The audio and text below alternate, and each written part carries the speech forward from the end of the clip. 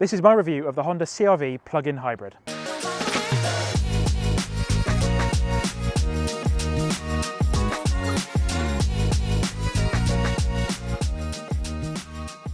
Hello, welcome back to the interface. My name's Alex. This is the Honda CR-V Plug-in Hybrid. It's Honda's largest SUV on sale, alongside the HR-V and also the mid-range ZR-V. This is the plug-in hybrid version of the CR-V. It's around £54,000. It also does come as a standard hybrid, the one that Honda do, that doesn't have that plug-in option. Overall, I think it's quite a handsome looking car. We've got large LED headlights here, which have support for cornering LEDs at night time, which is quite nice. We've got a nice big grille here with some interesting texturing. The sensors for the CR-V are all hidden behind the Honda badge, which is quite an interesting way of doing things, because you usually have that weird black bar. I also got a front-facing camera as well. Around the back, the CR-V looks pretty interesting. I think it looks pretty similar to the Volvo XC60 with these L-shaped rear lights here. What do you think? Also got a big rear window here, which this is quite a big SUV, and this does give you a lot of visibility out the back, which is pretty good. Aiding that visibility is this rear-mounted rear view camera, which automatically comes on when you put the car in reverse and usual sort of stuff. And then to open the rear tailgate, all you need to do is click a button here and it opens electronically. In the boot space, pretty decent amount of space actually. We've got 617 litres of boot space, which is a fantastic amount of space really, and then just over 1,000 litres when the rear seats are folded down. Underneath the false floor, decent amount of space actually. So the CR-V doesn't have a spare wheel well because of that larger battery it's got. It's got a 17 kilowatt battery pack, so it does take up a bit of space here, but there is enough space for your charging cables, which is pretty good. Back seat to the Honda CR-V. Decent amount of space all round and really good materials, I think. Got a good amount of legroom for the rear passengers here. We've got an okay amount of headroom here. It's not too bad. Could be a bit better, but I think some of it is impacted from the sunroof there. One cool feature is how the rear seats work. So we've got a handle here, which is used for folding the rear seats down completely, but you can also recline them. So just pull this under here and I can go backwards and I can go forward again. And also the seats can move forward and back. To fold the rear seats down, all you need to do is pull this little handle here, and then to push it the entire rest of the way, just folds completely flat. In the middle of the bench here, we've got a armrest with two cup holders, so they're pretty decent size, but there isn't a load-through ski hatch at all. For comfort features for the rear passengers, we've got two USB-C ports there for charging devices, and then also we've got 3-stage heated seats. Around the side of the CR-V just looks like a normal SUV. I think it's pretty well styled and some good proportions here. For the alloy wheels, only 18 inches are available. These black ones come as standard. We also do get a silver option and another black option as well. The charging port is Type 2 only, and it can support up to 6.8 kilowatts, meaning 0 to 100% in around 2.5 hours. That's on a 7 kilowatt charger. If you're using a 3-pin socket, it's about 7 hours.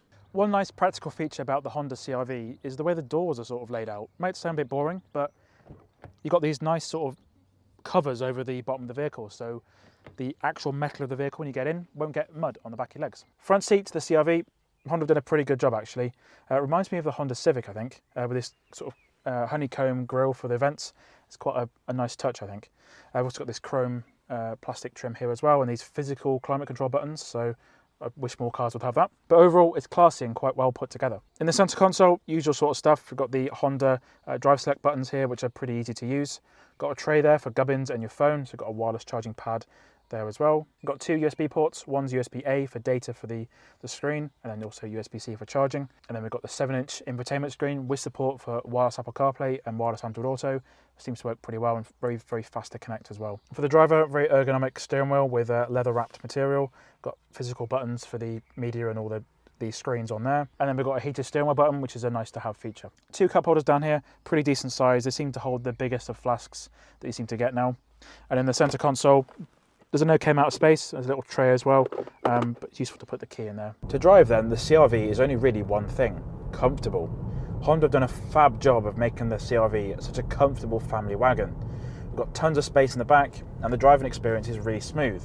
At the moment, I've got the battery about 80% charged, and it's giving about 31 miles of range. And down here, you can select which mode you want the car in. So you can choose full EV, you can choose it to be saving the battery for town use, or you can have it in automatic mode. Automatic mode will make decisions for you based on when the engine and when the battery are used. When you do have it in full EV mode, it will use that 17 kilowatt battery pack to drive the wheels as it would in an EV. And in EV mode, it is incredibly smooth. It drives just like an EV. If you do accelerate quite harshly, what the car will do is kick the engine in automatically, and just tell you that it has done so on the screen here. Efficiency for the EV mode is actually quite hard to find. It doesn't actually tell you what it's doing in real time, but what Honda do claim is around 4 miles per kilowatt hour, or actually 3.6 miles per kilowatt hour when the car is in EV mode only. And I've driven it a few miles today, and the range has gone down a lot slower than the actual mileage I'm doing in real life.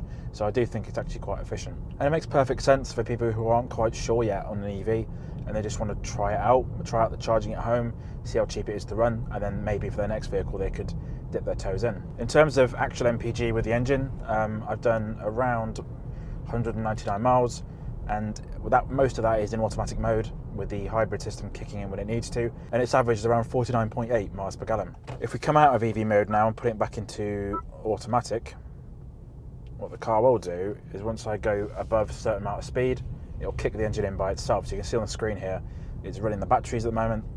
And once we go past this vehicle here, we can see what it does when it's in full-on auto mode. So if we accelerate a bit harsher, it might not actually do it just yet. Might have to wait and see. But you can see the regen mode on the CR-V is actually quite good. I've got it in full B mode as I'm going down this hill now, and full regen on the pedals, and it's not full on one pedal regen, unfortunately. Obviously the plug-in hybrid models don't tend to have that, but it is pretty good nonetheless. So let's see what we get out of the engine now if we accelerate quite quickly. There we go, the engine is kicked in, very smooth to do so actually. You can see on the screen there, the battery and the engine are now working in tandem to give me all the performance. So if we put it in save mode, the save mode will basically run the engine and then run the clutch system to charge the batteries, and it seems to be a bit more keen on saving power at the moment. If I want to put it back in EV mode, it's saying it's unavailable.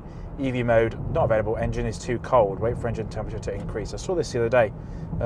It won't let me switch the engine off if you want to switch back into EV mode. It's a bit odd. So we'll have to wait now for the engine to warm itself up before I can put the car back in EV only mode. But it's now charging the batteries as I'm regenning and as I'm using the engine, which is quite cool. Comfort wise, the CR-V is actually really comfortable. The seats on this are really good. Every time I got into this vehicle, I haven't felt uncomfortable. The driving position is really nice. In comparison, the HR-V was a link in the top right corner to check that video out. I found like I was sitting on the car rather than in the car. This feels more like the Civic. It's much more comfortable. The interior is very similar to the Civic as well, and it just feels a lot more comfortable to drive. Acceleration is also really good. You got quite a lot of power available, and then when you do accelerate, the engine and the battery system are working together to accelerate quite quickly. So performance is actually really good considering the size and the overall weight of the vehicle. Tyres actually are quite chunky, so we've got 17-inch alloys, and there's a lot of tread available, which could also help with the comfort of the CR-V. It does seem to absorb all the usual craters and potholes that we find on British roads nowadays, so it's a really comfortable car to drive. So that's a look at the Honda CR-V plug-in hybrid. What do you think about this new SUV? Let me know in the comments down below. Over there's some other videos to check out, other Honda related videos. Don't forget to subscribe to the Interface Cars for more car reviews. Like this video if you did, and I'll see you again next time.